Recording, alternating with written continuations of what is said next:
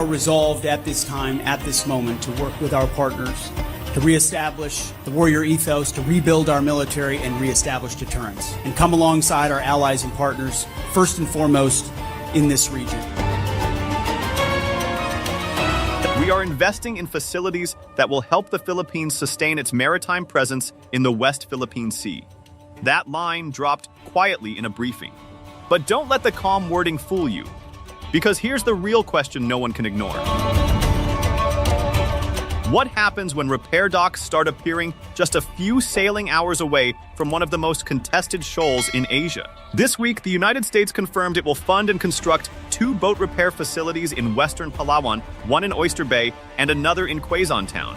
On paper, they're small boat maintenance hubs. Nothing flashy, no warships, no missile batteries, just repair yards. But sometimes the most strategic moves don't look dramatic at all. Think about it. For years, every resupply mission to Second Thomas Shoal has felt like a gamble. Wooden boats, steel-hulled Coast Guard vessels, tense radio warnings, water cannons blasting across decks. We've all seen the footage. Filipino sailors bracing against impact, journalists ducking behind railings. That grounded ship, the Sierra Madre, rusting but defiant. Now imagine this. Instead of limping hundreds of miles back to a major port after a hull gets cracked or an engine overheats, Philippine boats can repair closer to the action. Faster turnaround, less vulnerability, more presence. It changes the rhythm. Palawan isn't just a scenic island with postcard beaches. It's the gateway to the Western Philippine EEZ. From there, you're within operational range of the Spratlys, within reach of Second Thomas Shoal, within the same waters where confrontations in 2023 and 2024 escalated. Ramming incidents, blocked resupply missions, Coast Guard standoffs that felt one miscalculation away from something worse. This is why these facilities matter. They're not about launching offensives, they're about endurance. And endurance, in maritime disputes, is everything. If you've followed the South China Sea long enough, you know the pattern. Pressure, delay, harassment, wear the other side down, make presence costly, make resupply exhausting, make maintenance a nightmare. It's slow coercion, not headline-grabbing war. So Manila adapting? That's significant. Because resilience isn't loud, it's logistical. The US has been clear this does not involve new permanent combat deployments. But let's be real, infrastructure is influential. When Washington funds repair capacity in Palawan, it's doing more than pouring concrete. It's embedding operational continuity into Philippine maritime operations. And that sends a message, not a shouting match, not a missile test. A message that says, you can't exhaust us that easily. This is Philippine Navy warship Lima Sierra 507. You are violating rule number 7. You are advised to keep clear immediately and avoid risk of collision. I keep thinking about the sailors stationed aboard the Sierra Madre, rotating in and out. Living inside a rusting World War II era ship deliberately grounded as a territorial marker. It's symbolic, yes, but it's also human. Young men and women far from home, watching the horizon for approaching vessels. For them, a nearby repair facility isn't abstract geopolitics, it's safer missions, quicker fixes, less time exposed. This move tightens US-Philippine defense cooperation, no doubt. It deepens interoperability. It reinforces the alliance. But more than anything, it shores up Manila's ability to stay present in its own waters. And in the South China Sea, presence is power. So here's the bigger question. Is this the quiet beginning of a more permanent logistical footprint in Western Palawan? Or simply the next step in helping the Philippines stand its ground? Either way, one thing is clear.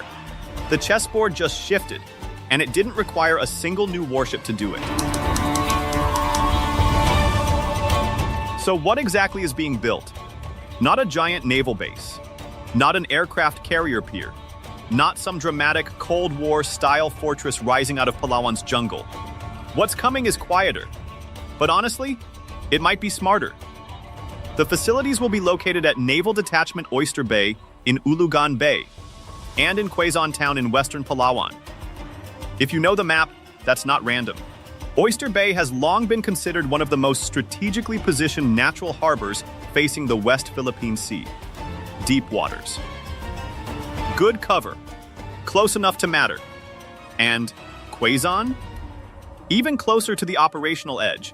These aren't showpiece projects. They're being sized specifically for small boats, rigid-hulled inflatable boats, assault craft, and support for unmanned surface vessels. The design build notices reference support for vessels around 11.6 meters in length. That's a patrol craft scale. Fast. Agile. The kind of boats that actually do the day-to-day work out there, escorting resupply missions, shadowing foreign vessels, asserting presence. Let's be honest. In the South China Sea, the real action doesn't happen between destroyers trading missiles.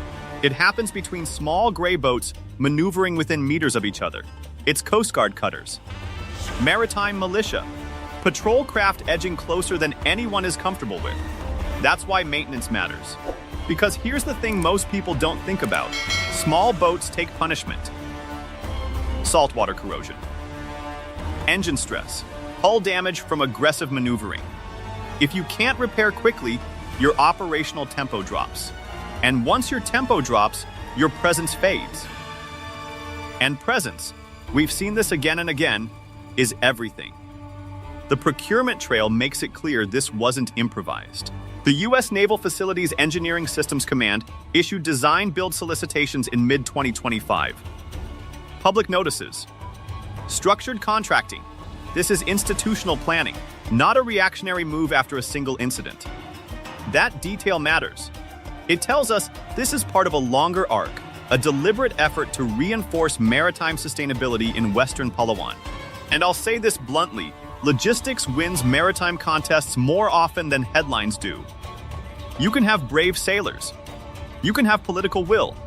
But if your engines fail and your hulls crack and you have to sail days back for repairs, you lose momentum. Slowly, quietly. With Oyster Bay and Quezon equipped to service RHIB and similar platforms, turnaround times shrink. Boats go back out faster. Crews spend less time exposed during long transits. Maintenance becomes local, not distant. It's not dramatic, but it's durable. And in a contested sea where the strategy often revolves around exhaustion, wearing the other side down, durability might be the most powerful move of all. Let's strip this down to what it really is.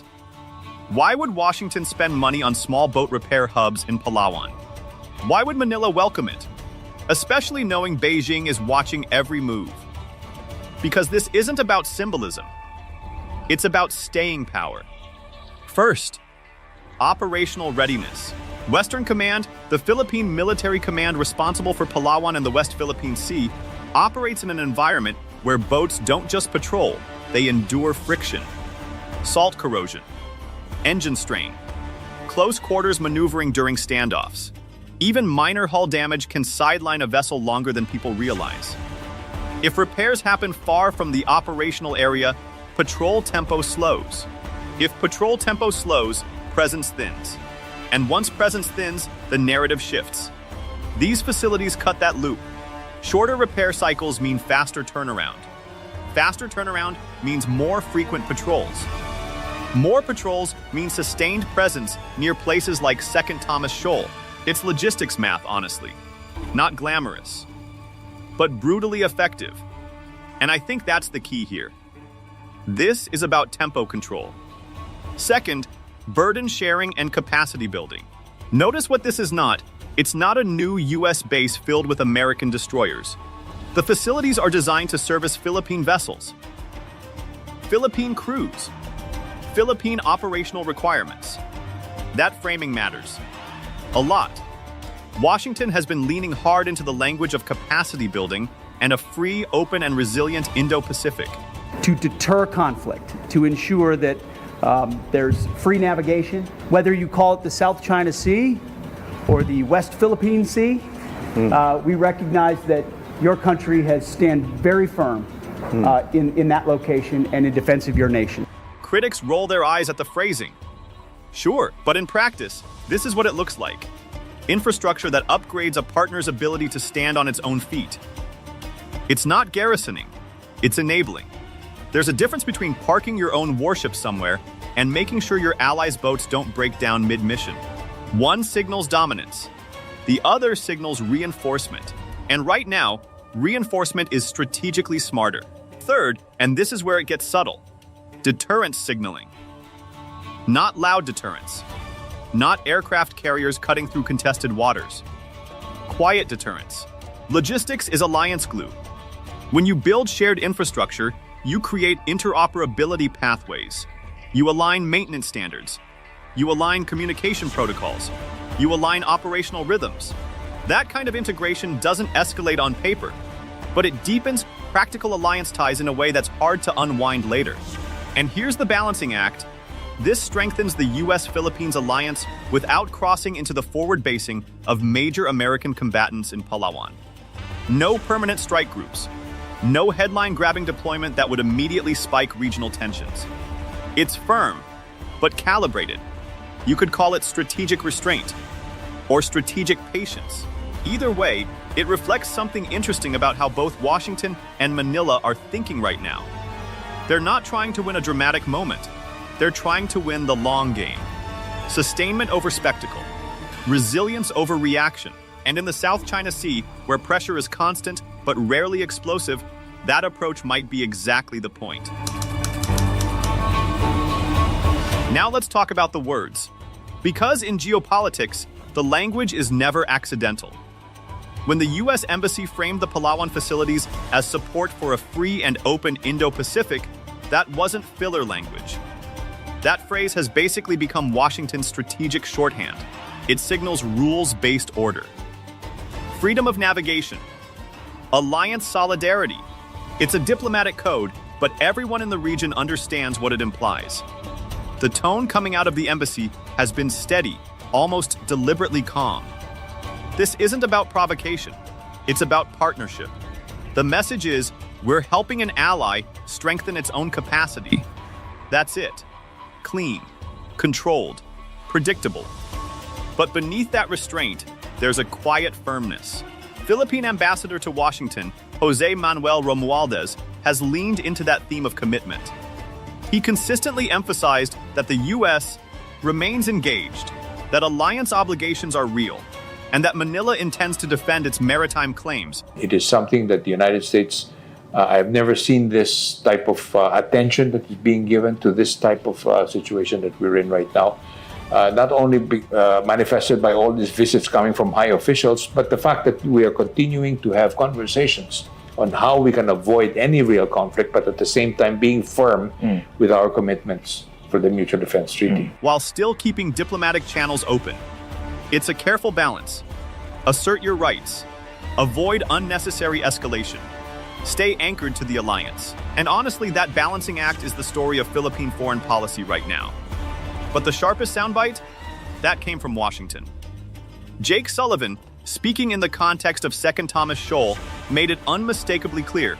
The United States will do what is necessary to see that the Philippines is able to resupply a ship on the Second Thomas Shoal. We've made clear that it applies to public vessels in the South China Sea, and so China well understands our view of the application of the Mutual Defense Treaty should that line get crossed. That's an important point. We believe it is a stabilizing point, as one we have reinforced publicly and very much reinforced directly to the PRC.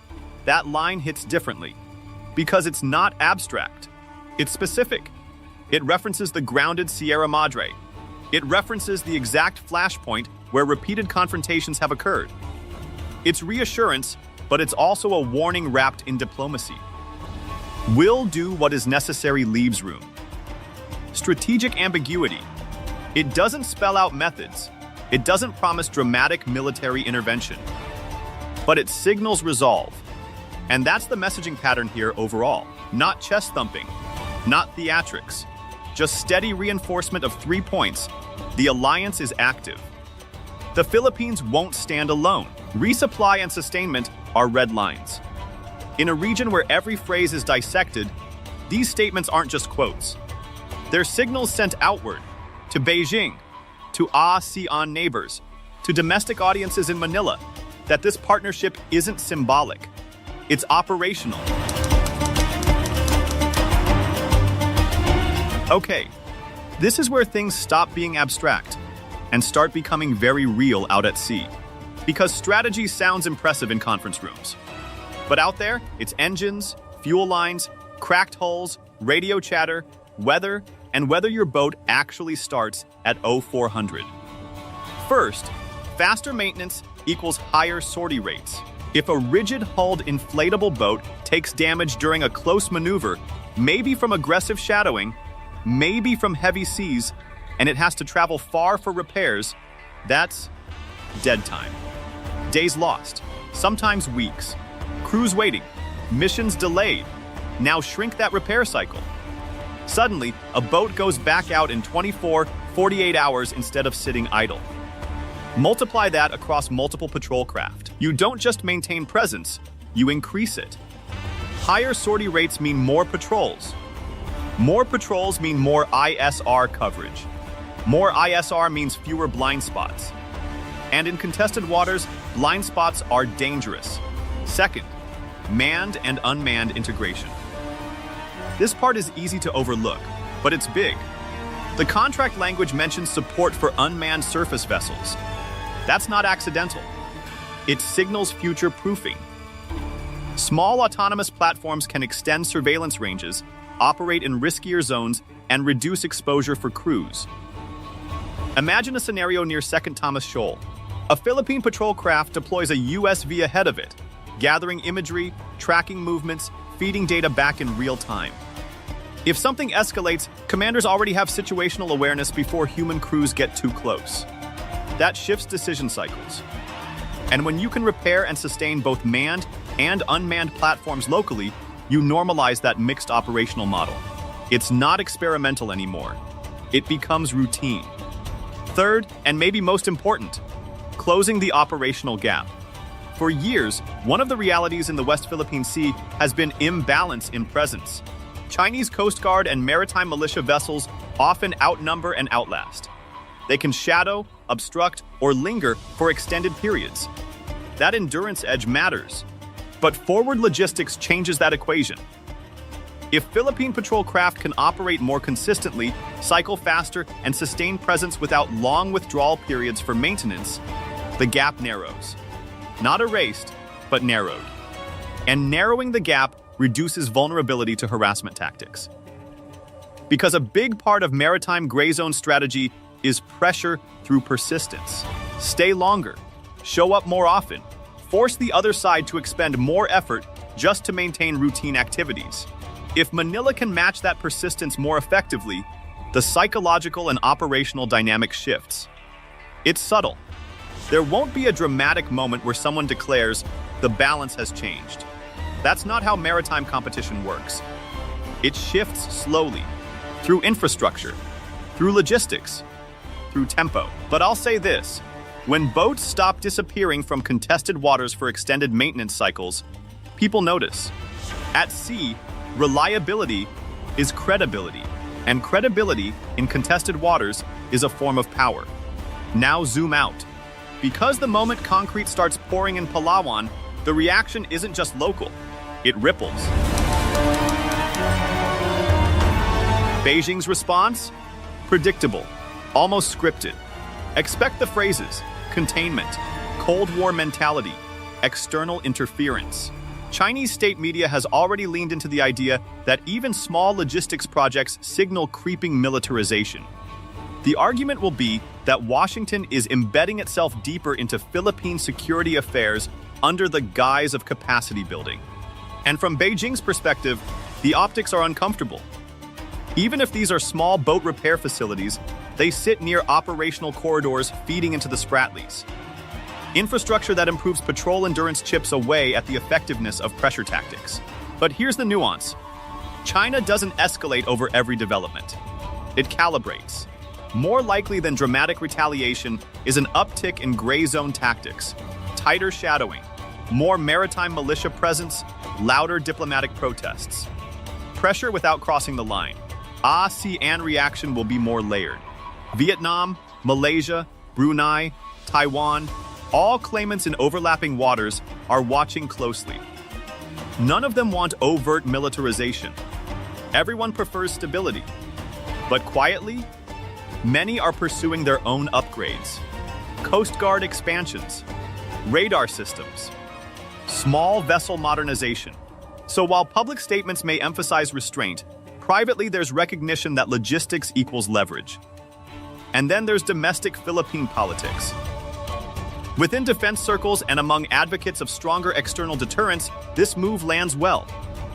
It aligns with the shift toward deeper alliance integration under EDCA. It signals that Washington's commitments aren't abstract. But there will be questions. Environmental groups may scrutinize construction in Palawan, which has a fragile ecosystem. Local communities may ask about access roads, land use, and long-term control. Sovereignty debates never fully disappear in the Philippines. The government will need to be clear, these are Philippine facilities, US-assisted, not foreign bases. That framing matters domestically. Legally, this sits comfortably within existing frameworks. The 1951 Mutual Defense Treaty has been reaffirmed repeatedly. Washington has stated clearly, an armed attack on Philippine forces, including Coast Guard vessels in the South China Sea, would trigger obligations. These repair facilities don't change that treaty. They operationalize it. Under Enhanced Defense Cooperation Agreement, U.S. forces can access agreed locations and fund infrastructure upgrades that remain Philippine-owned. That's the model here. No treaty rewrite, no new basing agreement, just logistics built inside established legal lanes. And that's important. It reduces diplomatic shock. Still, this isn't risk-free. More small boat operations mean more close encounters. The West Philippine Sea is already crowded with patrol craft, Coast Guard vessels, and maritime militia units. Increased tempo, and the chances of collision, accidental or otherwise, rise. One misjudged maneuver. One aggressive intercept. Suddenly things spiral. Mitigation? Clearer joint SOPs. Deconfliction hotlines. Refined rules of engagement. The boring stuff. But the boring stuff prevents crises. There's also the gray zone retaliation risk. Beijing could increase economic pressure. Tourism flows. Trade inspections. Informal sanctions. It's happened before in other contexts. Countering that requires broader diplomacy. Diversified trade ties. Regional alignment so Manila doesn't stand isolated if pressure builds. And then there's domestic backlash. Environmental concerns in Palawan will need transparency. Procurement records should be public. Community consultations matter. If people feel blindsided, opposition grows. The safest narrative is simple: Philippine-owned, alliance-supported infrastructure enhancing national resilience. If anyone doubts why forward sustainment matters, point to Second Thomas Shoal. Repeated resupply missions blocked. Water cannons deployed. Ships rammed. Media footage showing how vulnerable those missions can be. When your logistics chain stretches thin, every disruption becomes a crisis. This isn't the first time infrastructure has quietly shifted capability either. Since 2014, EDCA upgrades, runway improvements, storage facilities, port enhancements have steadily improved interoperability and rotational access. This is the same playbook, just scaled to small boats. And sometimes small boats are where sovereignty is actually defended. If you're shaping this into a piece, here's where it gets interesting. Geopolitically, small things, big consequences. A repair dock for RHIBs sounds minor until you realize those RHIBs are the ones maneuvering within meters of Chinese vessels. Policy-wise, this is alliance logistics doctrine in action. Sustained presence without permanent basing. It's a middle path between escalation and retreat. Investigative angle? Pull the NAVFAC solicitation documents. Technical specs, budget lines, contractor names. Infrastructure tells its own story. But the strongest angle might be human. Talk to the sailors who run the resupply missions, the mechanics who'll work on engines at Oyster Bay. The crews know that if a fuel pump fails mid-mission, it's not theory, it's danger. Because in the end, maintenance equals sovereignty. It sounds unromantic, but that's the truth. This isn't a dramatic headline move. No carrier strike group. No treaty announcement. Just 2 repair facilities in Palawan. But in the South China Sea, control isn't won in one decisive battle. It's shaped by who can show up tomorrow, and the day after, and the day after that. And showing up consistently, that's power.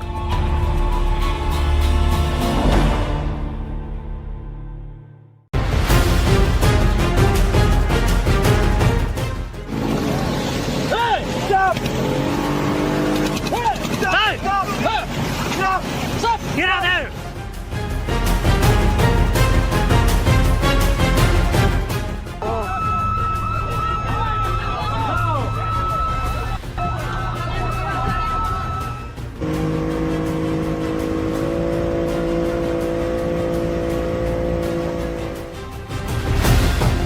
What does it mean when a state stops calling harassment harassment and starts calling it piracy? That single word choice, loaded with centuries of legal, moral, and strategic weight, is what made the latest confrontation at Second Thomas Shoal fundamentally different from the dozens of incidents that preceded it. When the Philippines publicly accused China of piracy following a violent encounter in the South China Sea, it was not merely describing an event at sea. It was signaling a shift in narrative, posture, and possibly escalation thresholds. The incident itself followed a now familiar pattern.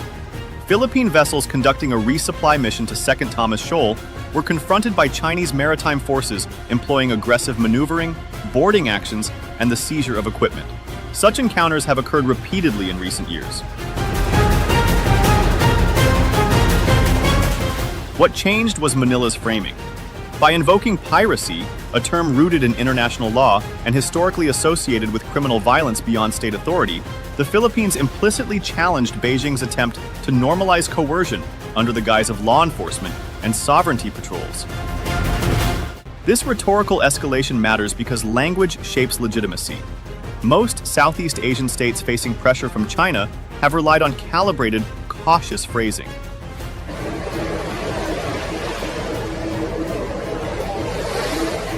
Unsafe maneuvers, incidents, or miscalculations. Vietnam has protested. Malaysia has quietly reinforced. Indonesia has renamed waters and strengthened patrols, all while avoiding labels that could legally or diplomatically harden positions. By contrast, the Philippines has increasingly chosen clarity over ambiguity.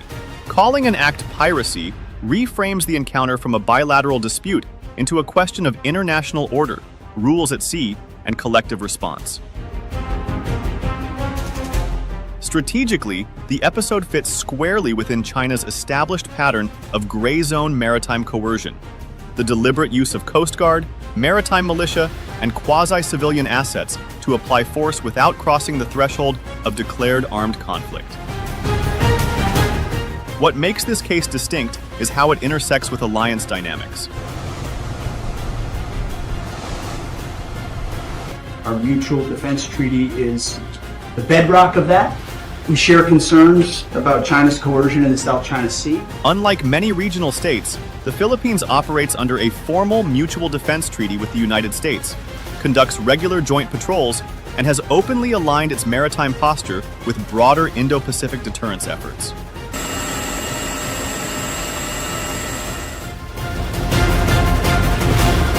The piracy accusation, therefore, resonates far beyond the reef itself, raising questions about precedent, escalation control, and how far coercion can go before it triggers collective security mechanisms.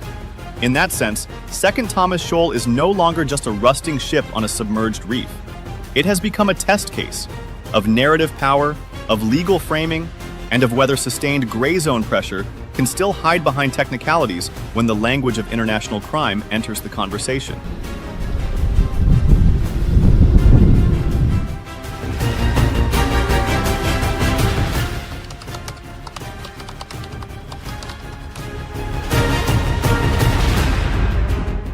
At the heart of the latest South China Sea confrontation lies Second Thomas Shoal, also called Ayungin Shoal by the Philippines.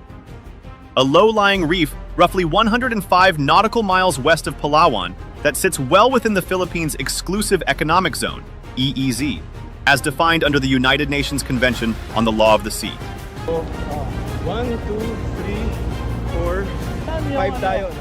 Manila has maintained a permanent presence there since 1999 by grounding the aging transport BRP Sierra Madre to reinforce its territorial claim, a symbolic fixture of sovereignty that China continues to contest. It was a roaring mission to BRP Sierra Madre. No untoward incident. There were 4 Coast Guard ships of China that were spotted, but they did not do any coercive nor aggressive actions. On June 17, 2024, a routine rotation and reprovisioning RORE mission by the Armed Forces of the Philippines, AFP, to deliver food, water, and other supplies to personnel aboard Sierra Madre devolved into violence when Chinese Coast Guard vessels aggressively intervened. According to the Philippines, Chinese personnel boarded at least one Philippine boat using cutlasses, spears, and knives, forcing Filipino sailors to defend themselves without firearms, per operational orders.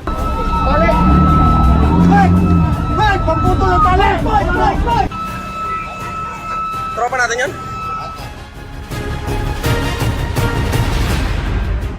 Manila reports that 8 Filipino personnel were wounded during the clash, including one sailor who lost his right thumb amid the melee. Philippine military leadership did not mince words. The Coast Guard ang nag-rescue sa ating mga wounded personnel. Sila rin nagbigay ng first aid. AFP Chief General Romeo Bronner Jr. publicly characterized the episode as akin to piracy, stating that Chinese personnel had seized 7 rifles still boxed for delivery and damaged communications and navigational equipment on the Filipino vessels.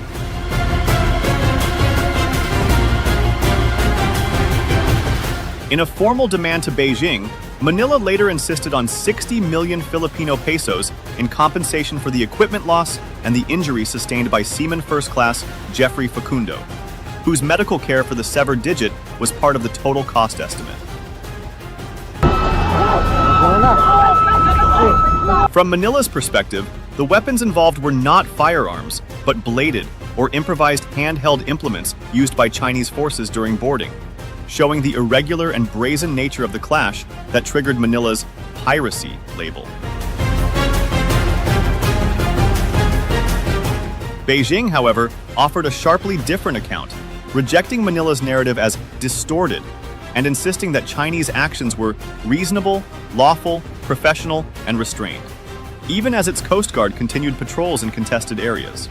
In the immediate aftermath, the Philippine Coast Guard and Navy bolstered their presence around Second Thomas Shoal, deploying additional vessels and conducting more frequent patrols to deter further interference.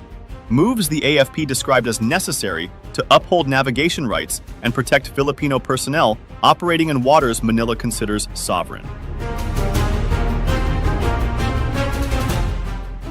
Unidentified foreign vessel at Sabina Shoal. This is Philippine Coast Guard. BRP Cabra MRRV 4409. This incident did not occur in isolation. It fits into a broader pattern of maritime confrontations between the two countries, ranging from water cannon engagements against Filipino fishing boats in December 2025 to repeated blocking and collision incidents near Scarborough Shoal and other contested features of the South China Sea.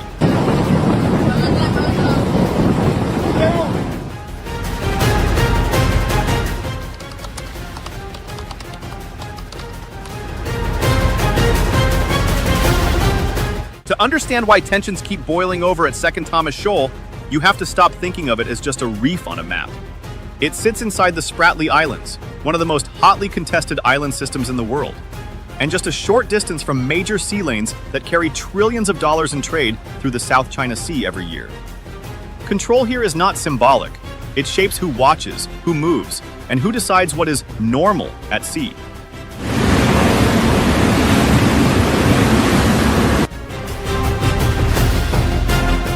For the Philippines, the shoal is deeply personal. Since 1999, Manila has maintained a constant presence through the grounded BRP Sierra Madre, a rusting World War II-era vessel deliberately run aground and turned into a living outpost. Filipino Marines rotate through harsh conditions, relying on periodic resupply missions for food, water, and medicine. Every successful run is quiet proof that the Philippines is still there. Every blocked mission feels like a test of resolve. That is where the pattern begins. Time after time, Chinese vessels have attempted to block, shadow, or physically disrupt Philippine resupply efforts. These are rarely dramatic naval battles. Instead, they unfold as tense standoffs at close range, ships cutting across bows, engines throttling forward, horns blaring, crews shouting across decks. The objective is not to sink a ship, but to exhaust, intimidate, and normalize interference without firing a shot.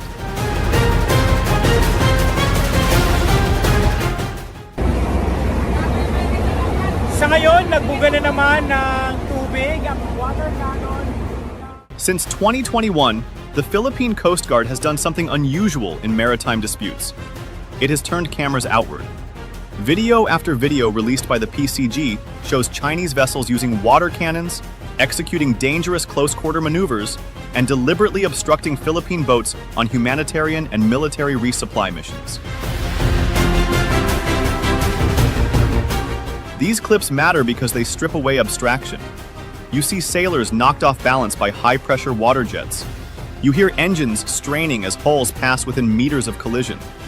It is pressure made visible. Hey! Stop! Hey! Stop! Stop! Stop! Stop! Get out there! What makes Second Thomas Shoal different from other disputed features is repetition. This is not a one-off crisis that fades from headlines. It is a cycle. Resupply planned, interference anticipated, confrontation likely. Each encounter builds on the last, slowly raising stakes while testing how much friction can be applied before something snaps. Over time, the shoal has evolved from a static claim into a living stress test of endurance, credibility, and deterrence in the South China Sea. In short, Second Thomas Shoal is not dangerous because of what it is, but because of what keeps happening there, again and again, in plain sight.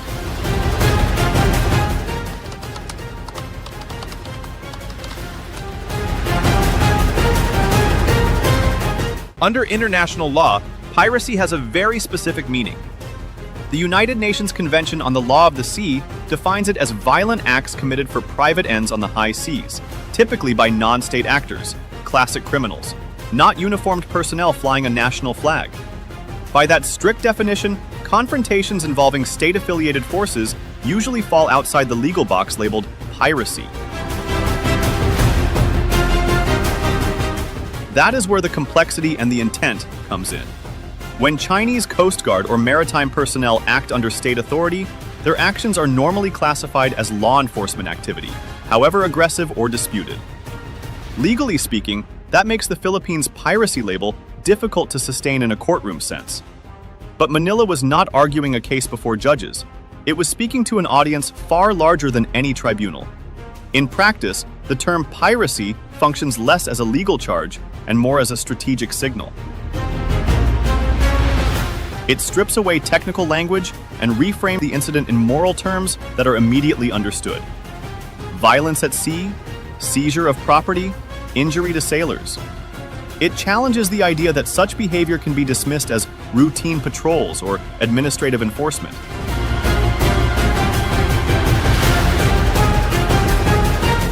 In one word, the Philippines recast coercion as criminality. The objective is clear. By using language that resonates beyond bilateral diplomacy, Manila seeks to internationalize the incident, to push it out of the narrow frame of a Philippines-China dispute and into the broader conversation about maritime norms, freedom of navigation, and acceptable conduct at sea.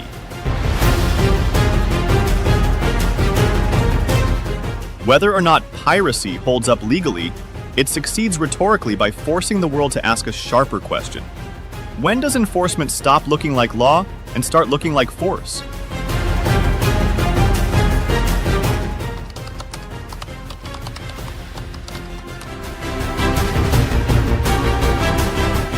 China rarely leads with gray hulls and naval guns. Instead, it sends white ships. The primary instruments of pressure in contested waters are not the Navy, but the China Coast Guard and a vast network of maritime militia. Vessels that look civilian, behave aggressively, and operate in the space between peace and war. This is not accidental, it is design. The tactics are now well established. Chinese vessels block approaches, shadow targets at close range, board foreign boats, interfere with equipment, and maintain a constant presence that wears opponents down over time. These encounters are calibrated to stay just below the threshold that would justify a military response, while still imposing real physical and psychological pressure on crews at sea. No missiles, no declarations, just relentless friction.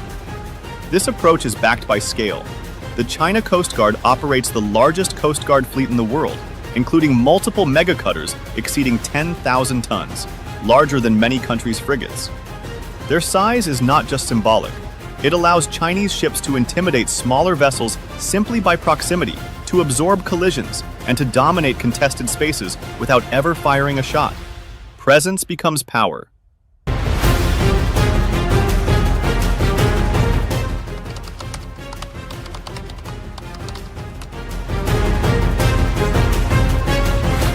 For years, Manila tried quiet diplomacy. It avoided cameras, softened language, and handled incidents through back channels. That approach has now clearly changed.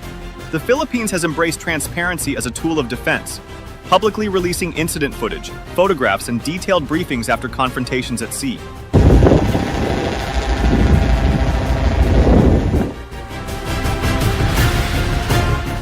By showing what its crews face in real time, Manila is no longer asking the world to take its word. It is putting evidence on the table. This shift did not happen in a vacuum. The loss of effective access to Scarborough Shoal in 2012 was a turning point. Filipino fishermen were gradually pushed out, patrols were blocked, and control slipped without a single shot being fired. That experience left a lasting imprint on policymakers and the public alike. Silence and ambiguity did not preserve access. Visibility mattered. Operationally, the response has been steady rather than dramatic.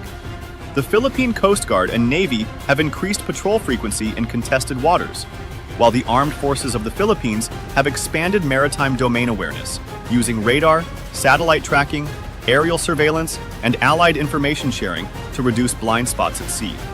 The goal is simple but critical. Know who is where, doing what, and record it. Public opinion has moved in parallel.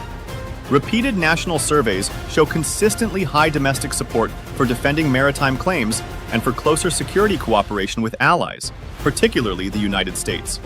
For many Filipinos, the issue is no longer abstract geopolitics. It is about fishermen blocked from traditional grounds, sailors injured on routine missions, and sovereignty tested in plain sight. The Philippine response reflects a hard-earned lesson. Deterrence is not only about ships and treaties, it is about narrative control, persistence, and public backing. By pairing transparency with steady operational pressure, Manila is signaling that it will no longer manage maritime disputes quietly, and that endurance, not silence, now defines its posture.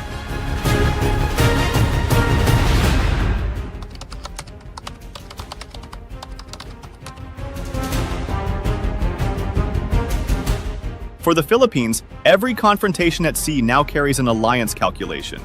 The Mutual Defense Treaty with the United States has existed for more than 7 decades, but its relevance has never felt more immediate.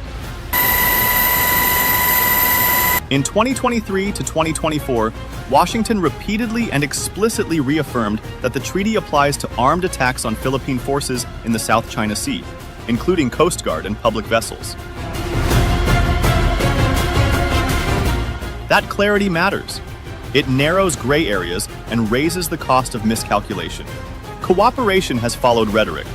The two allies now conduct joint patrols, expand intelligence sharing, and operate under widened access arrangements through the Enhanced Defense Cooperation Agreement. Importantly, this is not about permanent U.S. bases.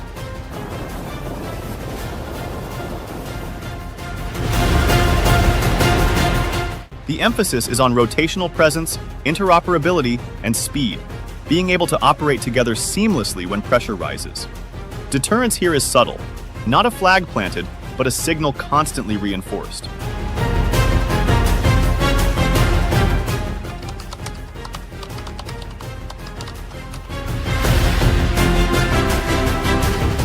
Across Southeast Asia, the Philippines is being watched closely. Other claimant states, Vietnam, Malaysia, Indonesia, understand that what happens to Philippine vessels today could happen to theirs tomorrow. The concern is not a single clash, but the normalization of coercion. Aggressive actions slowly becoming routine, unremarkable, and therefore tolerated. Yet regional responses remain constrained. ASEAN operates on consensus, a structure that prizes unity but limits decisive collective action. As a result, responses tend to be cautious, fragmented, and national rather than regional.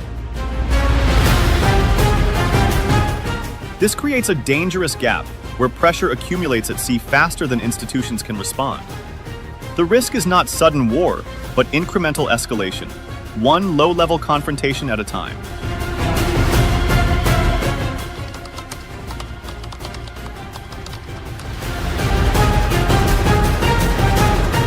Beijing has categorically rejected the Philippines' accusations.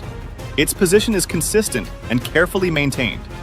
Chinese forces are operating within what China claims as its maritime jurisdiction, while Philippine missions are framed as deliberate provocations. In this narrative, China is enforcing order. Others are destabilizing it. Equally consistent is Beijing's opposition to external involvement. The United States in particular is portrayed as an outside agitator, turning local disputes into strategic flashpoints. This is not just diplomacy, it is information warfare. Competing narratives are aimed at different audiences: reassurance at home, justification regionally, and deflection internationally. Control of the story is treated as seriously as control of the sea.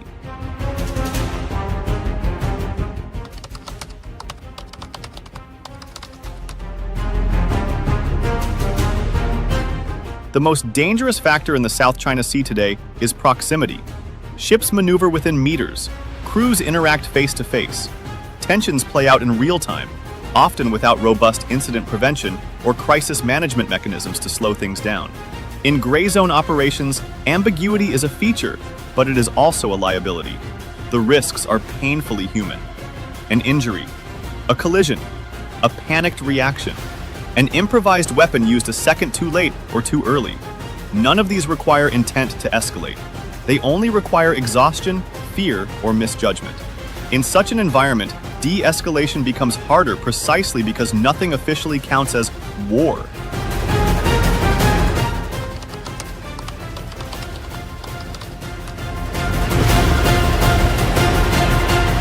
In the short term, pressure at Second Thomas Shoal is unlikely to ease. Philippine resupply missions will continue, and Chinese interference is likely to persist. Neither side can afford to blink without signaling weakness. In the medium term, Manila will lean even more heavily on alliance support, transparency, and legal diplomatic signaling. The goal is endurance, keeping claims alive, costs visible, and norms contested rather than surrendered. The long-term challenge is deeper.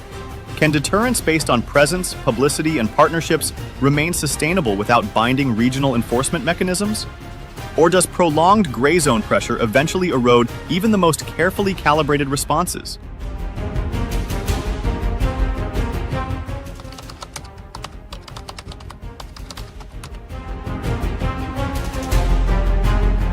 The Second Thomas Shoal incident is not an anomaly. It is part of an entrenched pattern, one defined by repetition rather than rupture.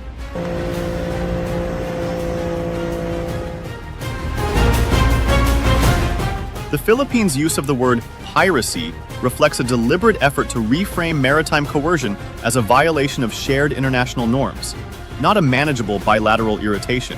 In that sense, Second Thomas Shoal has become a barometer. It shows how South China Sea disputes are likely to be managed in the years ahead, incrementally, persistently, and deliberately below the threshold of open conflict. What remains uncertain is how long that balance can hold, and who ultimately pays the price if it breaks. If you liked the video, do not forget to like, share, and subscribe our channel for deep analysis of contemporary issues. Philippine coast Guard Vessel 4403. This is China Coast Guard Vessel 5201. Do not take inappropriate behaviors which will interfere with maritime security.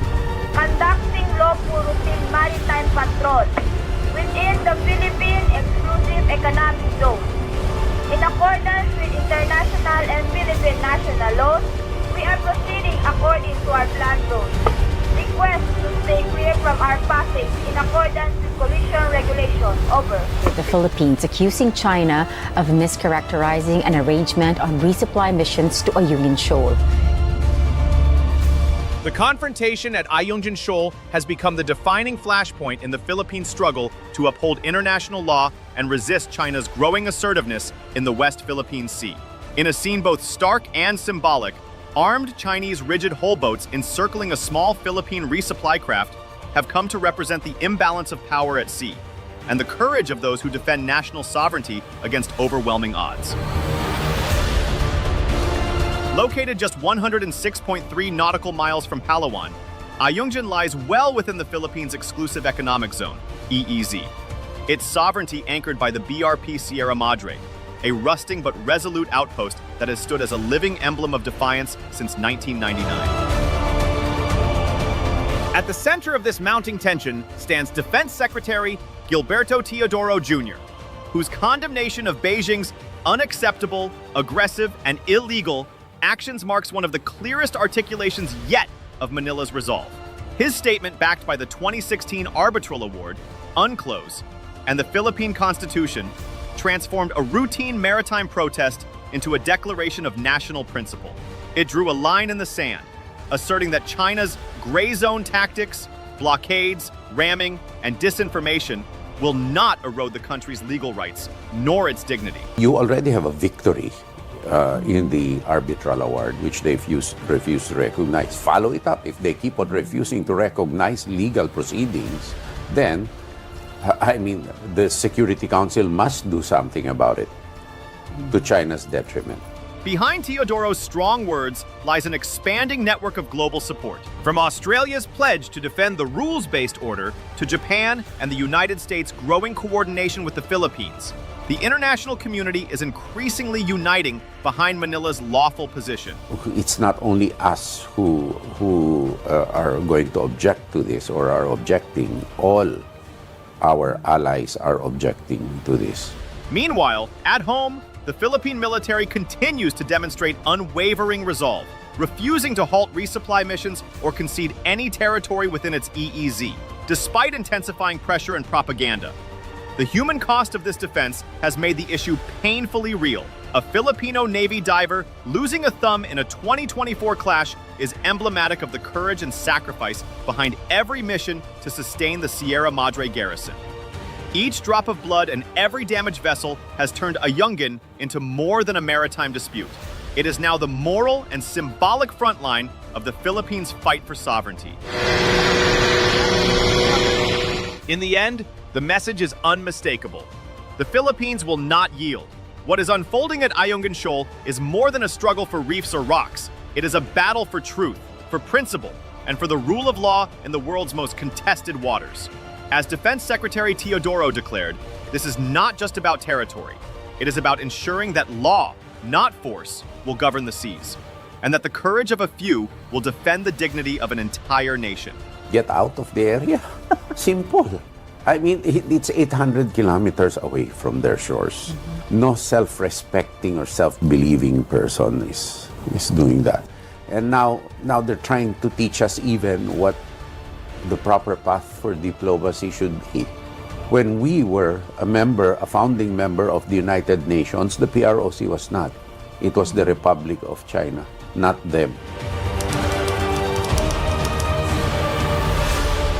The latest confrontation at Ayungin Shoal unfolded with alarming precision and intensity, an unmistakable escalation even by the tense standards of the West Philippine Sea. According to Philippine Defense and Coast Guard reports, the incident involved a massive Chinese deployment composed of 5 China Coast Guard, CCG, ships, 9 maritime militia vessels, and 11 rigid hull inflatable boats, RHIBs, operating in close coordination. What made this encounter particularly concerning was not just the number of vessels, but the deliberate and militarized behavior of the Chinese units. Several RHIBs were reportedly equipped with mounted crew-served weapons, while larger CCG ships conducted high-pressure water cannon drills in dangerously close proximity to Philippine resupply craft en route to the BRP Sierra Madre. The Chinese flotilla even deployed fishing nets and floating barriers to obstruct the Philippine boat's path, an unusual and provocative tactic aimed at physically trapping the smaller vessels and preventing them from completing their mission. Eyewitness accounts from the Philippine Navy described a scene of high tension and calculated intimidation. As the resupply boats approached within visual range of the Sierra Madre, Chinese RHIBs swarmed, cutting across their bows at close range, sometimes within 50 meters of collision distance. The CCG vessels' loudspeakers blared warnings in Mandarin, while water cannons unleashed torrents that shattered wooden panels and sent spray cascading across the decks. According to military sources, several crew members sustained bruises and minor injuries, and critical supplies were damaged. Philippine defense officials confirmed that this was one of the most aggressive displays of force in recent months, noting that the pattern of harassment was tactical, coordinated, and deliberate. The tactical escalation was unmistakable. What once consisted of passive blockades or distant shadowing has evolved into close contact coercion, with Chinese personnel reportedly brandishing bladed weapons and attempting to board or seize Philippine cargo during previous encounters. The proximity of CCG ships, sometimes barely 50 meters from the rusting hull of the Sierra Madre, highlights how perilously thin the line between gray zone operations and outright armed confrontation has become.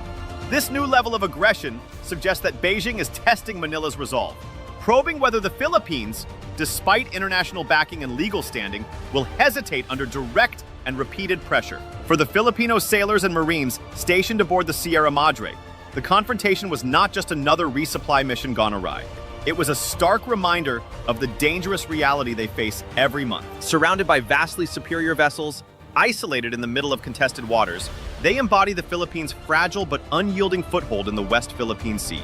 Each mission now feels less like routine logistics and more like a statement of sovereignty, one made under fire, one wave at a time. The Philippine government's response to the latest Chinese actions was as sharp as it was unequivocal. Defense Secretary Gilberto Teodoro Jr., known for his deliberate but firm tone, minced no words this time. In a nationally broadcast statement, he declared that China's behavior at Ayungin Shoal was a matter not only of concern, but of condemnation, describing the aggressive maneuvers as gross violations of international law that expose Beijing's false narrative and deliberate disinformation. He went further, directly attacking the foundation of China's territorial rhetoric, calling the so-called 10-dash line an expanded version of its controversial maritime claim, the biggest fiction and lie ever imposed on the region. The phrasing was notable for its defiant clarity, signaling a decisive rhetorical shift from diplomatic restraint to moral confrontation. Teodoro's words carried the weight of both law and lived experience, echoing the growing frustration within the Philippine defense establishment over China's escalating gray zone tactics, harassment, blockade, and intimidation just short of open conflict. Beneath the political outrage lies a rock-solid legal foundation. The Philippine stance at Ayungin Shoal is not merely a matter of national pride. It is anchored in international law, specifically the 2016 ruling by the Permanent Court of Arbitration, PCA, in The Hague. That landmark decision, which China continues to reject, invalidated Beijing's 9-dash line claim, ruling it inconsistent with the United Nations Convention on the Law of the Sea. The tribunal concluded that Ayungin Shoal, Second Thomas Shoal, lies well within the Philippines' 200 nautical mile exclusive economic zone, EEZ, and continental shelf, making it a maritime feature where the Philippines has sovereign rights over resources and activities. Crucially, the PCA also determined that the shoal is a low tide elevation, LTE, a naturally submerged feature that cannot be appropriated by any state or used to claim sovereignty. In other words, no country, not even China, can own Ayungin Shoal under international law. These findings render Beijing's sweeping claims not only legally baseless, but also diplomatically indefensible, reinforcing Manila's right and obligation to maintain its presence there. That legal mandate is matched by an unflinching military commitment. Armed Forces of the Philippines AFP Chief of Staff, General Romeo Bronner Jr., publicly vowed that Filipino forces will defend every inch of our territory and every drop of our waters, emphasizing that the Sierra Madre and the troops stationed on it represent the living embodiment of our sovereignty. He reaffirmed that resupply missions will continue, no matter the risk, no matter the harassment, and warned that any act of aggression against our forces is an act against the Republic. The statement was more than symbolic. It was a declaration of operational resolve, backed by visible coordination between the AFP, the Philippine Coast Guard, and allied partners. Together, these voices, from the Defense Secretary's legal framing to the military's on-the-ground commitment, reflect a unified message. The Philippines will stand firm, act lawfully, and defend its maritime frontiers not with bluster, but with principle and courage. International reaction snapped into focus within hours of the latest Ayungin clash, giving Manila not just sympathetic statements, but visible, on-camera backing. At a joint news conference, close partners reiterated that the West Philippine Sea is a test of the rules-based order, with Australia's Defense Minister Richard Marles stressing that allies will stand up for international law and freedom of navigation, while expanding practical cooperation at sea and in the air. The work that we do together as two countries which seek to assert the rules-based order is fundamentally important in seeing that the UN Convention on the Law of the Sea applies around the world in the South China Sea and the West Philippine Sea. And we are both countries which are utterly dedicated to that, and we understand the pressure that the rules-based order is under in this neck of the woods. But I think I'd want to make this point as well. You know, we as countries of our size, we are invested in the rules-based order because it's what gives us agency. I mean, we are given agency when international disputes are determined by reference to international law and by reference to a set of rules, and when those disputes are determined through negotiation. The alternative is living in a world where disputes are determined by power and might. And that can't be the way in which we move forward as a world in 2025. And that's why we are, as two countries, deeply committed to the rules-based order and to our joint cooperation in asserting that everywhere around the world, but in the West Philippine Sea. Similar messages followed from Japan, the United States, and the EU, and Manila has been actively widening its network, pursuing fresh defense cooperation instruments and visiting forces-style arrangements with countries such as New Zealand and Canada to enable more training access, logistics support, and capacity building. The signal is unmistakable. The more Beijing applies pressure at Second Thomas Shoal, the tighter Manila's lattice of partners becomes. That external support dovetails with a sharpened Philippine strategic posture. Officials have underscored that no agreement, public or secret, has been made to waive or dilute the country's sovereign rights in its exclusive economic zone, and that the government will not provide prior notification to any foreign power for lawful resupply missions to the BRP Sierra Madre. The approach couples steady operational persistence with radical transparency. Every water cannon blast, hull scrape, and ramming attempt is documented and released to the public to build an evidentiary record and rally international opinion. Analysts note that the information space around Ayungin has become a permanent battle space in its own right. Spikes in coordinated online narratives, deep-cut legal takes, and edited video snippets accompany nearly every mission, forcing Manila to fight disinformation and intimidation alongside literal waves and spray. Beneath the strategy and statements is a human cost that makes the stakes impossible to ignore.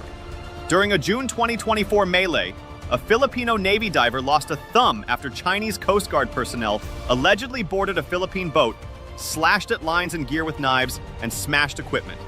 An encounter that left crew bloodied and the vessel barely serviceable. The sailor later received medals for valor, a somber reminder that every routine rotation to Ayungin is a gauntlet run by small crews in wooden or aluminum craft facing steel hulls, floodlights, and water cannons powerful enough to shear antennas and shatter windows. For families waiting in Palawan and Zambales, the issue is painfully concrete. Safe passage for a box of rations or a drum of fresh water can hinge on a split-second turn of the helm under blinding spray. The international support, the unyielding operational stance, and the very real human toll form a coherent Philippine response. Hold the line at sea, expose coercion with evidence, deepen alliances that raise the cost of harassment, and honor the sailors and Marines who turn legal rights into lived reality each time they cross the reef.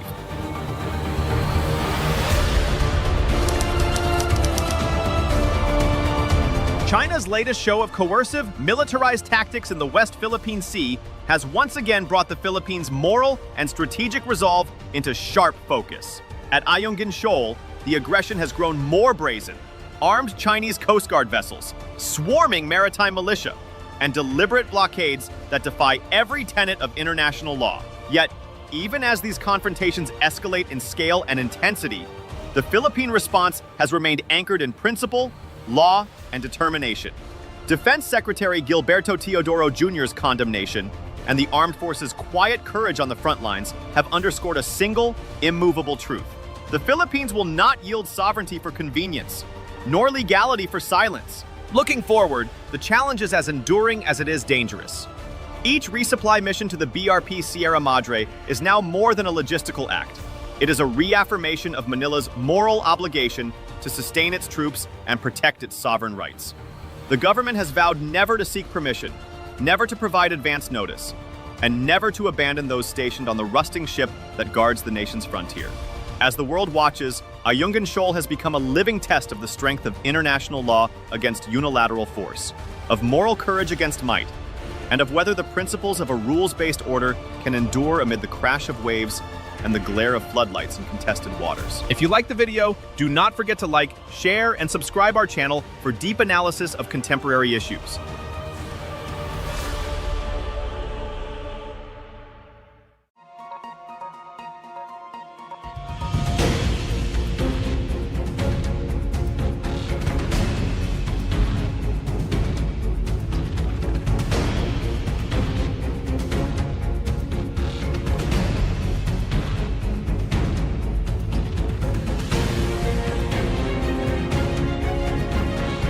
The Philippines has been notifying China before every supply run to Second Thomas Shoal.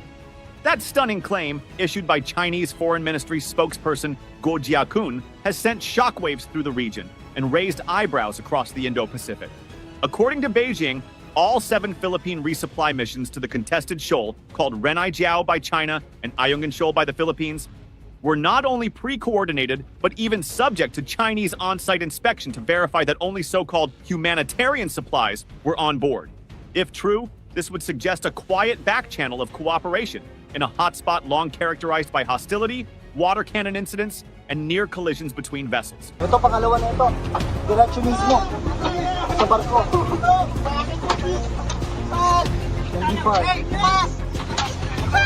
But Manila swiftly struck back.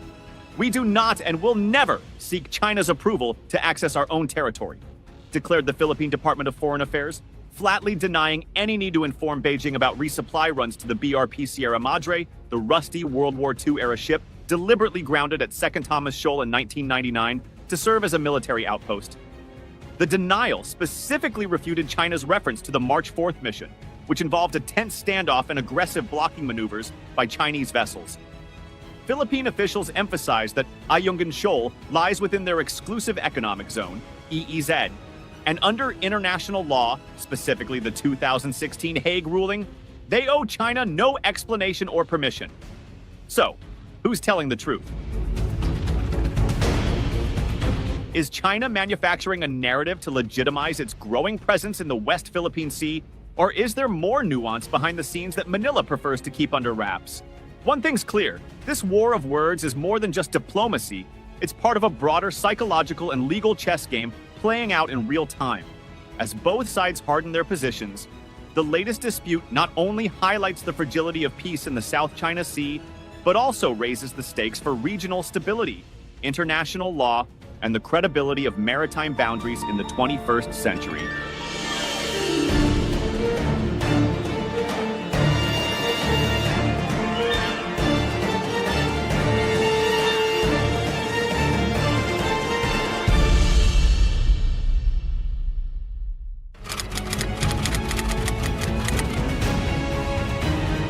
Beijing's position on Renai Jiao is firm, uncompromising, and deeply rooted in its broader claim over almost the entire South China Sea. According to China, the shoal, part of what it calls the Nansha Islands, internationally known as the Spratlys, is indisputably Chinese territory. By this logic, any presence by the Philippines forces at the reef is considered a direct violation of China's sovereignty and maritime rights. At the heart of the dispute is the BRP Sierra Madre, a rusting World War II-era ship deliberately grounded by the Philippines in 1999 to establish a semi-permanent military outpost on the shoal. For Beijing, this act is a red line. Chinese officials insist the grounding of a military vessel at Renaijiao was not only provocative, but also a blatant breach of the 2002 Declaration on the Conduct of Parties in the South China Sea, a regional agreement aimed at managing tensions and preventing conflict in disputed waters. China claims the Philippines broke its word by militarizing a previously unoccupied reef under the guise of maintenance and humanitarian resupply. In recent months, China has ramped up its rhetoric, calling on the Philippines to tow away the grounded warship immediately. The demand has been echoed repeatedly in statements from China's foreign ministry and reinforced by aggressive actions at sea, from blockades and shadowing to the use of water cannons and dangerous maneuvering aimed at halting Philippine supply boats. This stance isn't just diplomatic, it's strategic. By pushing the narrative that the Philippines is the provocateur, China seeks to justify its growing maritime law enforcement presence in the area. It's also part of a larger effort to create a new normal in the South China Sea, where Chinese control is seen as the default, and any foreign movement is framed as a violation requiring permission from Beijing. Yet, despite these demands and increasing pressure, the Philippines has shown no signs of backing down, setting the stage for a prolonged and potentially volatile standoff over a shipwreck that has become a symbol of national sovereignty and regional resistance to China's maritime ambitions.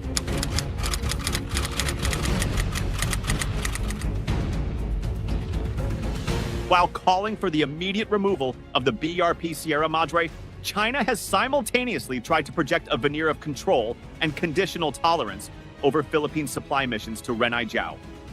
According to Chinese officials, they are willing to allow certain resupply operations, but only under strict conditions set unilaterally by Beijing. First, China insists that any Philippine supply run must be pre-approved. In other words, Manila is expected to notify Beijing before delivering even basic necessities to its own troops stationed aboard the Sierra Madre. This demand directly challenges Philippine sovereignty, as it implies that the Philippines must seek permission to operate within its own exclusive economic zone, EEZ.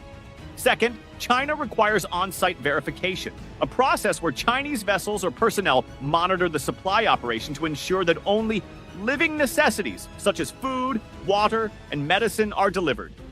Beijing frames this as a humanitarian concession, but in practice, it functions as a mechanism of surveillance and control. It's also a way to normalize China's presence around the shoal and reinforce its claim of administrative authority over the area. Third, and perhaps most crucially, China draws a hard red line: no construction materials. Any attempt to bring in concrete, steel, or repair equipment, anything that might strengthen the Sierra Madre or turn the outpost into a more permanent structure, will be resolutely stopped. Chinese Coast Guard and maritime militia vessels have repeatedly enforced this policy through aggressive maneuvers, including dangerous blocking, ramming threats, and even the use of water cannons. These conditions serve a strategic purpose. By distinguishing between humanitarian and military or construction-related supplies, China is trying to limit the Philippines' ability to fortify its position while maintaining the image of a responsible regional power upholding the status quo. However, from Manila's perspective, these demands are a blatant violation of international law, including the 2016 arbitral ruling that invalidated China's expansive 9-line claim. Ultimately, China's conditional tolerance is not a gesture of goodwill. It's a high-stakes power play aimed at forcing the Philippines into a reactive position and legitimizing Beijing's creeping control over contested waters.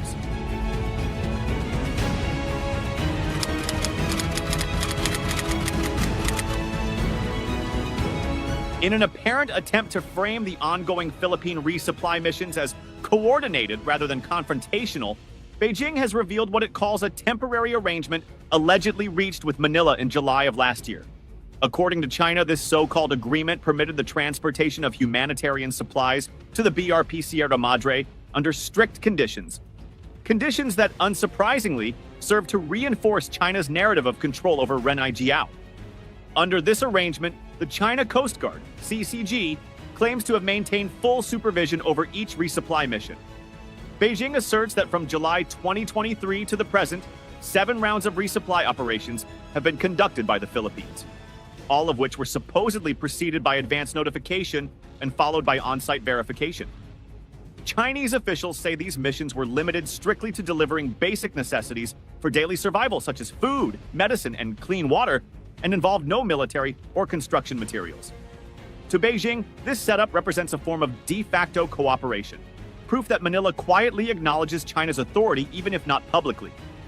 By framing the resupply missions as conditional humanitarian access, China seeks to legitimize its presence in the area while portraying itself as the reasonable actor, in contrast to what it paints as Philippine provocation. But Manila tells a very different story. The Philippine government has categorically denied any such arrangement implying prior approval from China. While it does not rule out notifications purely for the sake of avoiding unnecessary confrontations at sea, it insists this is not the same as asking for permission. Moreover, officials in Manila maintain that any understanding was temporary, tactical, and purely informal if it existed at all, and was never meant to undermine Philippine sovereignty. This conflicting interpretation of events highlights the broader reality. In the fog of maritime standoffs and gray zone tactics, narrative control is just as important as naval control. For Beijing, projecting an image of procedural dominance serves its goal of reshaping norms in disputed waters. For the Philippines, publicly rejecting that version of events is vital to defending its territorial claims and asserting its rights under international law. In short, the so-called temporary arrangement is less a diplomatic breakthrough and more a high-stakes information war, where each side crafts its version of truth for both domestic and global audiences.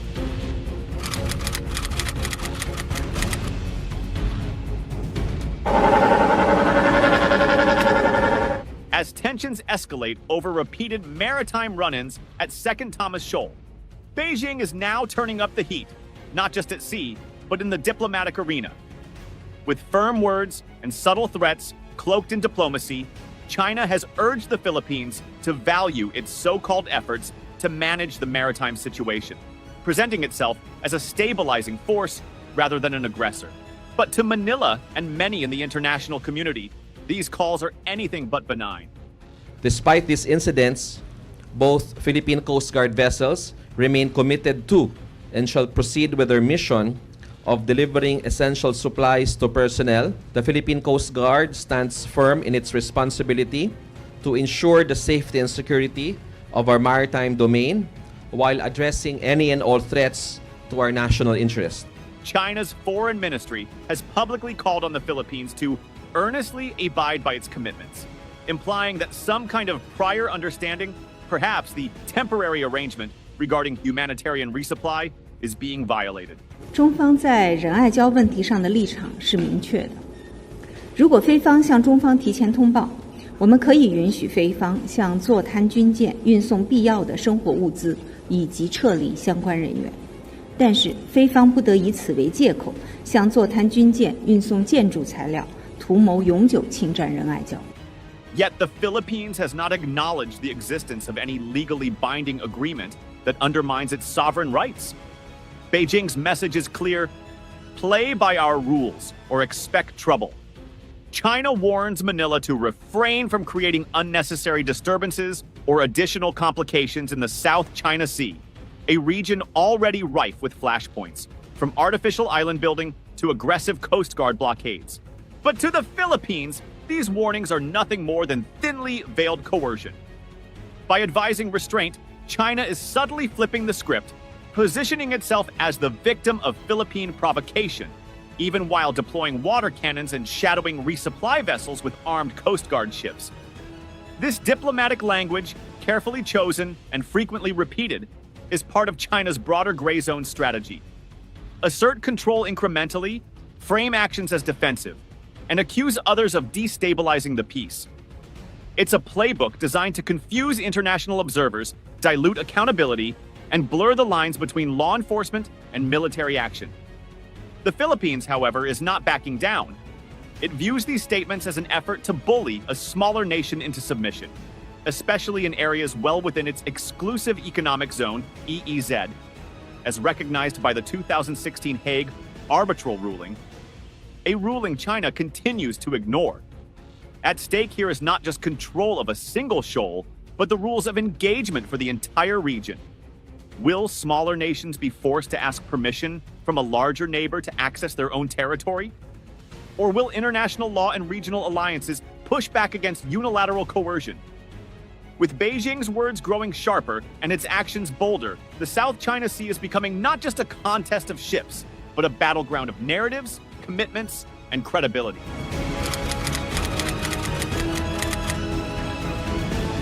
The clash over Second Thomas Shoal is far more than a dispute about supply runs or shipwrecks. It is a litmus test of how power, principle, and international law collide in the 21st century. While China seeks to frame its dominance as orderly management, the Philippines stands firm, refusing to let sovereignty be negotiated or slowly eroded through so-called temporary arrangements. As Beijing continues to flex its maritime muscle and issue diplomatic ultimatums, Manila's defiance sends a clear signal. It will not be coerced into submission or silence. The BRP Sierra Madre, rusting but resolute, now symbolizes not just a tactical outpost, but a nation's unwavering stand against creeping encroachment. And with each confrontation, the stakes grow higher. The question is no longer just who controls the shoal, but who controls the narrative and who shapes the future of freedom of navigation in the Indo-Pacific. In this battle of willpower and legitimacy, one thing is certain: the world is watching. Thank you for tuning into our channel. If you enjoyed the video, please remember to like, share it with your friends, and subscribe to our channel for more in-depth analysis of global issues.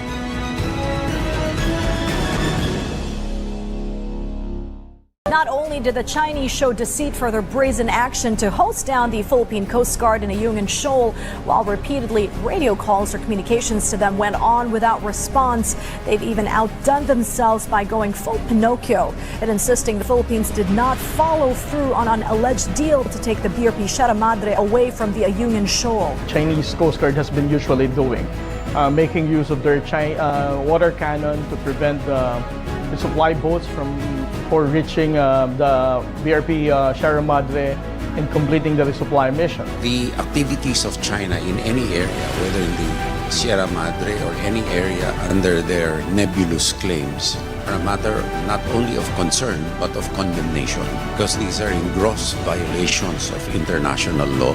We rotate the troops, we provide them supplies. We are responsible for the upkeep, the maintenance, the safety, and the comfort of the BRP Sierra Madre, not the construction. The latest resupply mission to Second Thomas Shoal unfolded under conditions far more tense than the official statements suggest. At first, the operation moved with the steady, disciplined pace typical of these runs. Vessels carrying essential supplies, personnel rotations scheduled down to the minute, and a clear objective to sustain the detachment aboard the BRP Sierra Madre. Everything proceeded routinely until an unexpected silence cut through the mission. Communication lines went dead without warning. Radios that moments earlier carried clear instructions fell completely quiet, stripping the crew of real-time coordination at one of the most sensitive flashpoints in the region. The source of the disruption became apparent almost immediately. Chinese Coast Guard vessels, which had been shadowing the mission from a calculated distance, were now suspected of jamming communication links throughout the shoal. It wasn't loud, it wasn't dramatic, but it was unmistakably deliberate. The electronic interference removed the safety net that constant communication provides, leaving crews to navigate the operation with nothing but training, composure, and instinct. Despite the silence in their equipment, the mission continued. Supplies were offloaded, personnel were rotated, and every step was carried out under the discreet but heavy presence of Chinese vessels maintaining close watch. Officials familiar with the situation later confirmed, quietly and without attribution, that the jamming appeared designed to limit surveillance, possibly preventing drone monitoring from external actors. The intention wasn't to provoke a visible confrontation, but to shape the environment in ways that complicate even the simplest logistical effort. This approach has become increasingly familiar in recent months. Pressure applied not through direct aggression, but through controlled, calculated interference that signals capability without crossing the threshold into open conflict. Once the mission was complete, authorities publicly described the operation as having proceeded without incident, a phrase that masks the level of tension felt on the water. Those involved know that silence doesn't always mean calm. Sometimes it's the clearest indicator of the risks unfolding beneath the surface. Every successful run reinforces presence at the shoal. Every challenge, from shadowing to jamming, shows how contested these waters have become. And in between these two realities are the crews who carry out the work, maintaining their focus and discipline even when the environment shifts into uncertainty. China's decision to jam communications during the resupply mission appears to be far more layered than a simple act of interference. At the most immediate level, the jamming served to block real-time drone surveillance from external militaries, particularly the United States, whose drones and reconnaissance aircraft frequently observe these operations. China is highly sensitive to any foreign eyes documenting its behavior at the shoal, especially actions that could be used as evidence in diplomatic protests or international legal forums. By cutting off the digital view, Beijing reduces the likelihood that high-definition, time-stamped footage of its maneuvers will circulate globally. But the strategy extends beyond hiding specific moments.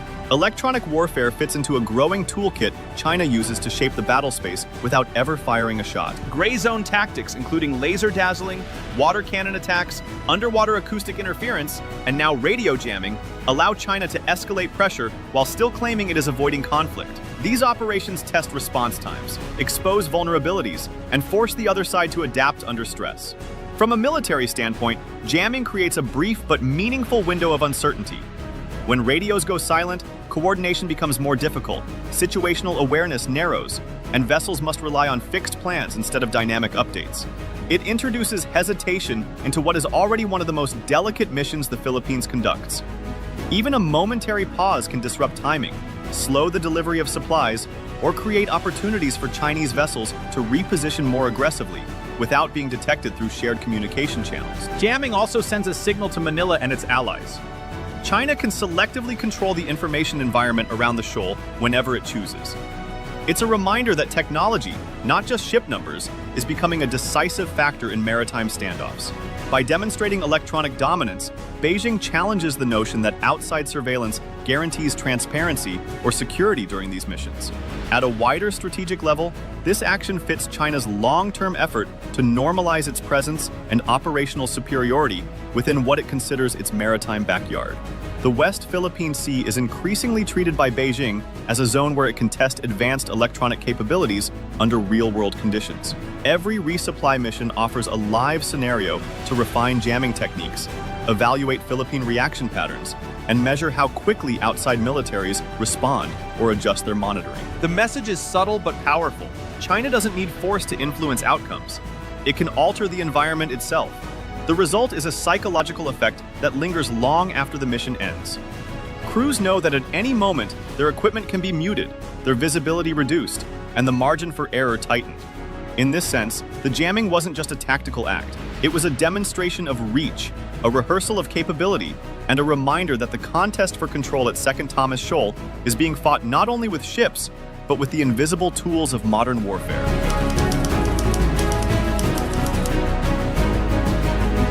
The BRP Sierra Madre stands at the center of the Second Thomas Shoal dispute, not because it is powerful, but because it refuses to disappear. Grounded deliberately in 1999, the rusting World War II-era transport ship was never meant to be a modern fortress. Its value lies in something far more strategic: presence.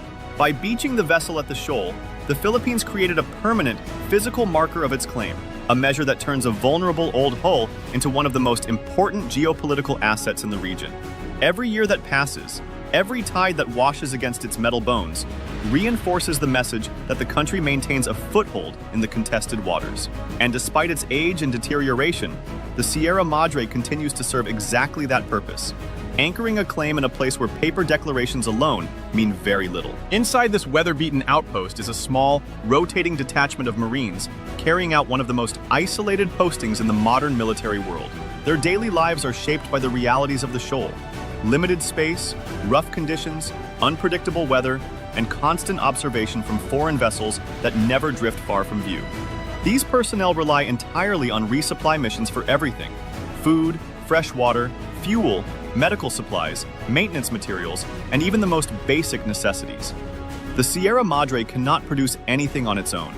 Its survival depends on the predictable arrival of these missions, which is precisely why every interference carries weight. When a supply run succeeds, the outpost endures. When it is disrupted, the crew feels the strain immediately. The ship's decaying structure has transformed into a symbol of endurance itself, reflecting the toughness of those who live aboard it. Strategically, the Sierra Madre is far more than a decaying ship. It is the only standing obstacle preventing China from taking full control of Second Thomas Shoal. If the outpost were abandoned or removed, the vacuum would be filled instantly, and the geopolitical balance in the area would shift dramatically. That is why the ship remains, and why the standoff surrounding it continues to escalate.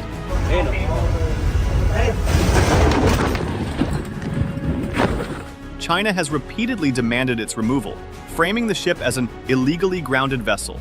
The Philippines, meanwhile, has made just as clear that the Sierra Madre is a legitimate, sovereign installation, a physical embodiment of its maritime rights under international law. As long as the ship remains in place, Manila maintains a direct, uncontested presence on the shoal. Its continued existence is not just symbolic, it is a strategic deterrent. To remove it willingly would be to concede the position entirely. I'm not aware of any agreement that the Philippines should remove from its own territory its own ship, the SP Sierra Madre, from the Ayungin Shoal. And let me go further. If there does exist such an agreement, I rescind that agreement as of now. Over the years, the Sierra Madre has become more than a military asset. It is a reminder of how modern territorial contests are fought, not just through force, but through endurance, persistence, and continuous presence. The ship's rusted metal tells a story that satellites and statements cannot, a front line held not by overwhelming firepower, but by commitment. And as long as resupply missions continue to break through pressure and interference, the Sierra Madre will keep standing, carrying the weight of an entire maritime claim on its steel frame.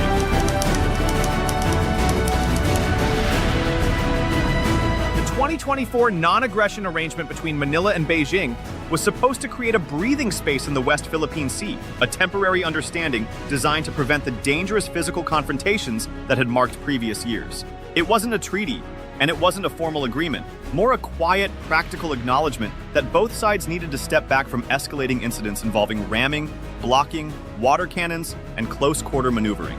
In principle, it served as a safety valve. In practice, it allowed resupply missions to proceed with far fewer violent encounters. Over the months that followed, 12 missions reached the BRP Sierra Madre without the dramatic collisions that had drawn global attention in the past. But while the arrangement reduced overt physical confrontations, it did not remove the tension that defines Second Thomas Shoal. Instead, the pressure simply changed form.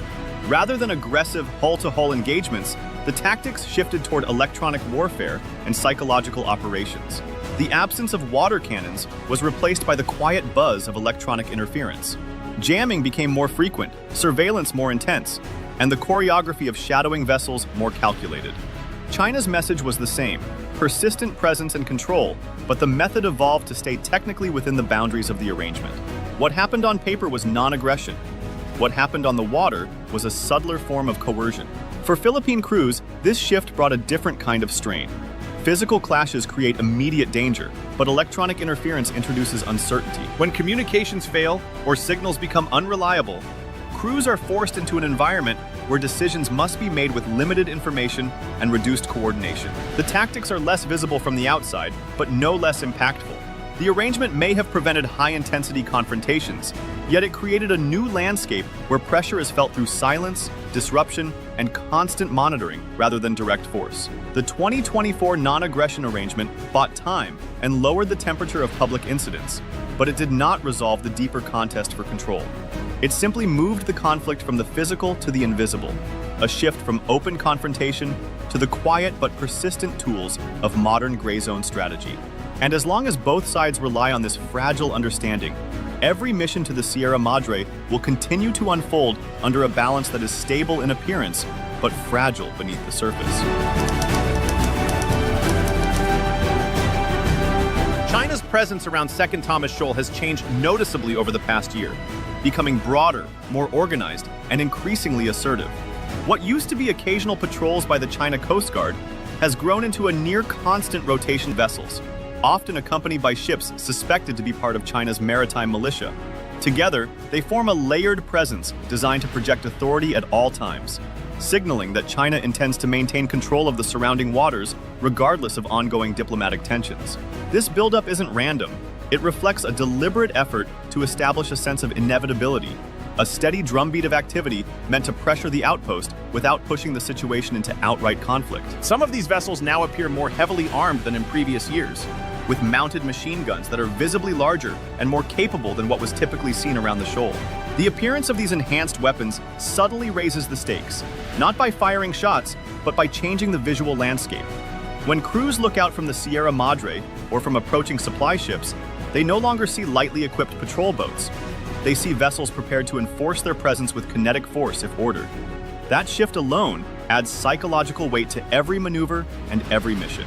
It communicates that China is not just monitoring the shoal, but is prepared to defend its interpretation of maritime control with hardware that is increasingly difficult to ignore. The airspace above the shoal has become just as active. Reports of a Chinese helicopter operating in the area, along with an unmanned surveillance drone, indicate a growing vertical dimension to China's monitoring efforts. These assets allow Beijing to observe activities from multiple angles, build a more complete intelligence picture, and react more quickly to movements around the outpost. For crews on the water, the presence of aircraft adds another layer of pressure, a reminder that they are being watched not just from nearby ships, but from above, where every action can be recorded and assessed in real time. Physical maneuvers have evolved as well. Water cannon drills conducted near the shoal demonstrate both capability and intent, showing that China can rapidly escalate pressure at a moment's notice. Close-range shadowing has become more precise, with some vessels positioning themselves only meters away from Philippine ships. In one of the closest recent instances, a Chinese vessel reportedly approached within about 50 meters of the BRP Sierra Madre, a distance so tight that even a minor steering error would have resulted in a collision. These maneuvers are not accidental. They are deliberate demonstrations of control, designed to unsettle, intimidate, and remind the outpost defenders of the imbalance in size, capability, and numbers. China's evolving presence around the shoal reveals a strategy centered on persistent pressure rather than isolated displays of force. Every new vessel, upgraded weapon, aerial patrol, and close-range maneuver contributes to a broader pattern, a steady tightening around the Sierra Madre, intended to restrict operational space and reinforce China's claims without crossing into open conflict. The result is an environment where tension is constant, even when no confrontation is occurring, a modern contest of endurance, technology, and willpower, playing out in one of the most heavily watched stretches of water in the region. The Philippines has responded to the growing intensity around Second Thomas Shoal with a strategy that is deliberate, adaptive, and far more sophisticated than it appears on the surface. While the public sees only the final result of each resupply mission, the planning behind them has evolved in ways that reflect both caution and resilience. Mission routes now shift quietly from one operation to the next, avoiding predictable patterns and reducing the chances of interception or aggressive shadowing. Timings are altered as well, with departures calibrated to weather, Chinese vessel placement, and surveillance patterns detected in the hours leading up to each run. These adjustments allow Manila to stay one step ahead, ensuring that the Sierra Madre remains supplied despite the intense scrutiny around the shoal. At the same time, the Philippines has strengthened its coordination with international surveillance networks, particularly U.S. intelligence, surveillance, and reconnaissance systems. These assets help monitor Chinese ship movements, aerial activity, and electronic signatures in real time, giving Philippine planners a clearer picture of the environment they are navigating. The country also maintains a policy of transparency, documenting each mission through internal reports, photos, and videos to counter misleading narratives and present a factual account of events to the international community. Diplomatically, Manila walks a narrow path, firm in enforcing its sovereignty and legal rights, yet cautious enough to avoid steps that could push the situation into uncontrollable escalation. The approach is subtle but intentional, remain steady, remain visible, and remain anchored to international law. The tension at Second Thomas Shoal cannot be understood without looking at the wider contest unfolding across the South China Sea. China's sweeping claim, represented by the 9-dash line, asserts control over nearly the entire region, including areas recognized under the United Nations Convention on the Law of the Sea as belonging to other coastal states. Second Thomas Shoal falls well within the Philippines' exclusive economic zone, making the outpost not only a matter of national pride, but also a legal and maritime right upheld by international arbitration. This legal foundation gives Manila strong footing, yet the realities on the water show how aggressively Beijing continues to enforce its own interpretation of maritime boundaries. Other regional claimants, Vietnam, Malaysia, Brunei, and Taiwan, watch developments around the shoal with close attention. Each has its own disputes with China, and each understands that the outcome of confrontations here may influence how Beijing behaves elsewhere. The shoal has become a small stage with a large audience, especially as major powers take an interest. The United States, bound by its mutual defense treaty with the Philippines, repeatedly affirms that any attack on Philippine vessels, aircraft, or personnel in the South China Sea would trigger treaty obligations.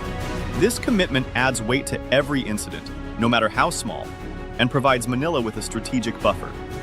It also explains why China's electronic jamming has increased, undermining surveillance and limiting the ability of allies to gather evidence, shifts the information advantage back toward Beijing. Despite the absence of gunfire, the situation around Second Thomas Shoal remains one of the most combustible in the Indo-Pacific.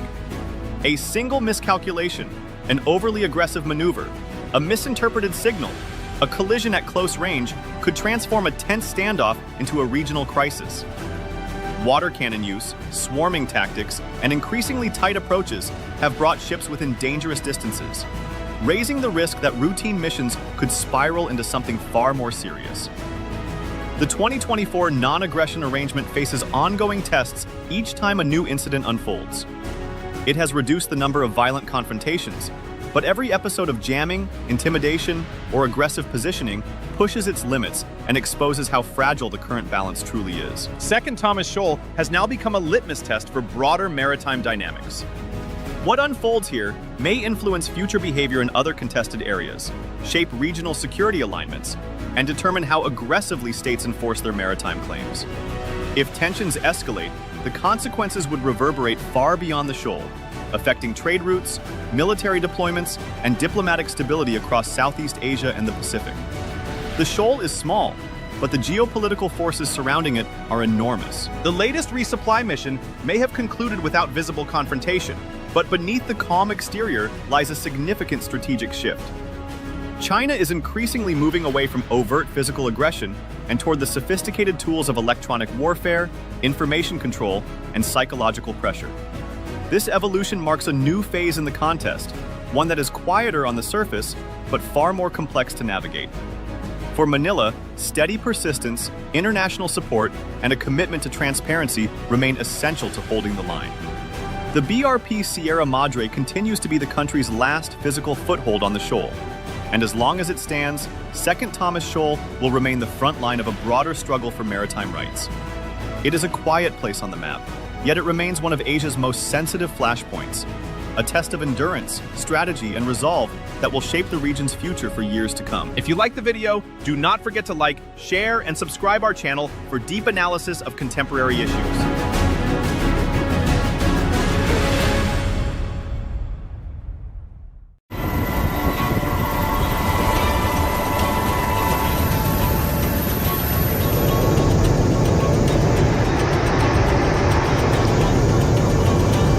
Freedom of navigation is something the Philippines experiences in the South China Sea.